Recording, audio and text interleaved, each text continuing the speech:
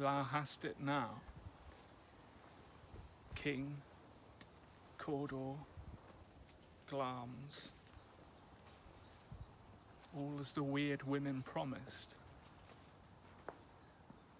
But I fear thou playest most foully for it. Yet it was said that it should not stand in thy posterity, but that myself should be root and father of many kings. If there come truth from them, as upon thee, Macbeth, their speeches shine, why, by the verities on thee made good, may they not be my oracles as well, and set me up in hope? Here's our chief guest. Hush. No more.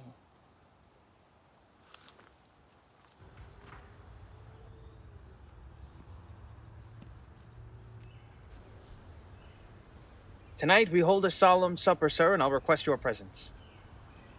Your Highness command upon me, to which my duties are the most indissoluble tie forever knit. Ride you this afternoon? Aye, my good lord. We should have else desired your good advice, which still hath been both grave and prosperous in this day's council, but we'll take tomorrow. Is it far you ride? As far, my lord, as will fill up the time twixt this and supper. Go not my horse the better, I must become a borrower of the night for a dark hour or twain. Fail not our feast. My lord, I will not. We hear our bloody cousin is bestowed in England, not confessing his cruel parricide, filling his hearers with strange invention. But of that tomorrow, when therewithal we shall have cause of state craving us jointly. Hie you to horse, adieu, till you return at night.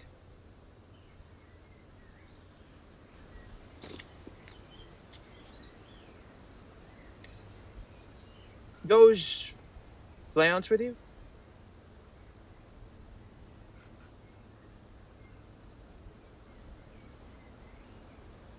Aye, my good lord.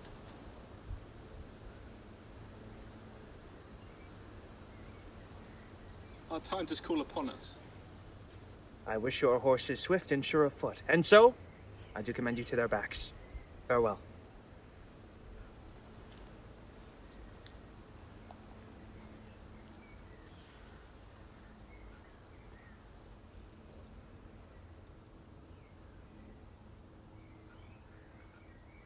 To be thus is nothing, but to be safely thus. Our fears in Banquo stick deep, and in his royalty and nature reigns that which would be feared. 'Tis much he dares, and to that dauntless temper of his mind he hath a wisdom that doth guide his valor to act in safety.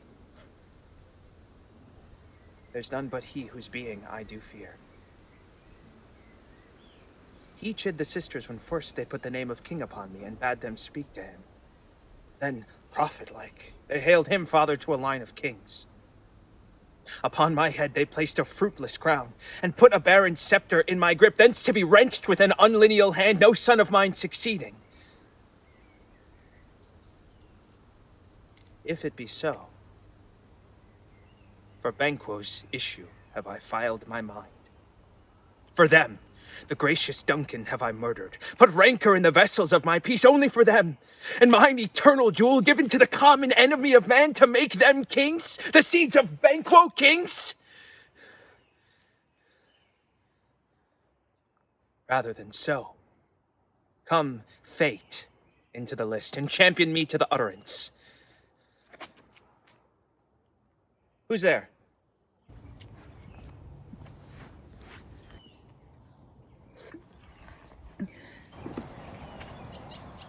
Was it not yesterday we spoke together? It was. So please, your highness. Well then, now, have you considered of my speeches? Know that it was he in the times past which held you so under fortune which you thought had been our innocent self. You made it known to us. I did so, and went further, which is now our point of second meeting. Do you find your patience so predominant in your nature that you can let this go? Are you so gospel to pray for this good man and for his issue, whose heavy hand hath bowed you to the grave and beggared yours forever? We are men, my liege. Aye. In the catalogue you go for men, as hounds, greyhounds, mongrels, spaniels, curs, shows, water rugs, and demi-wolves are clept all by the name of dogs.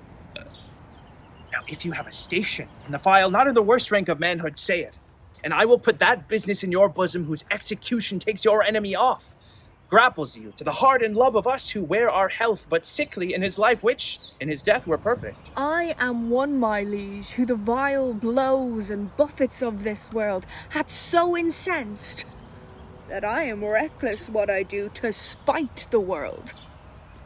And I another so weary with desires, so tugged with fortune, that I would set my life on any chance, to mend it or be rid of it.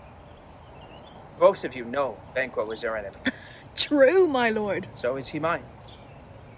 And in such bloody distance that every minute of his being thrusts against my nearest of life.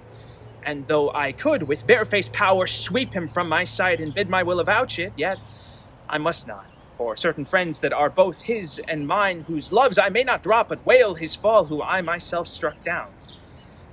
And thence it is that I to your assistance do make love, masking the business from the common eye for sundry weighty reasons. We shall, my lord, perform what you command us. Though our lives... Your spirits shine through you. Within this hour at most, I will advise you where to plant yourselves. Acquaint you with the perfect spy of the time, the moment on it, for it must be done tonight, and something from the palace. Always thought that I require a clearness.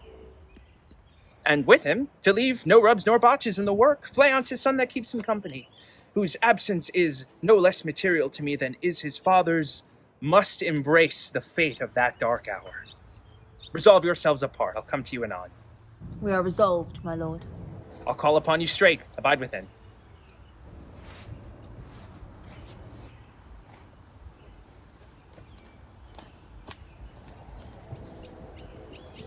It is concluded.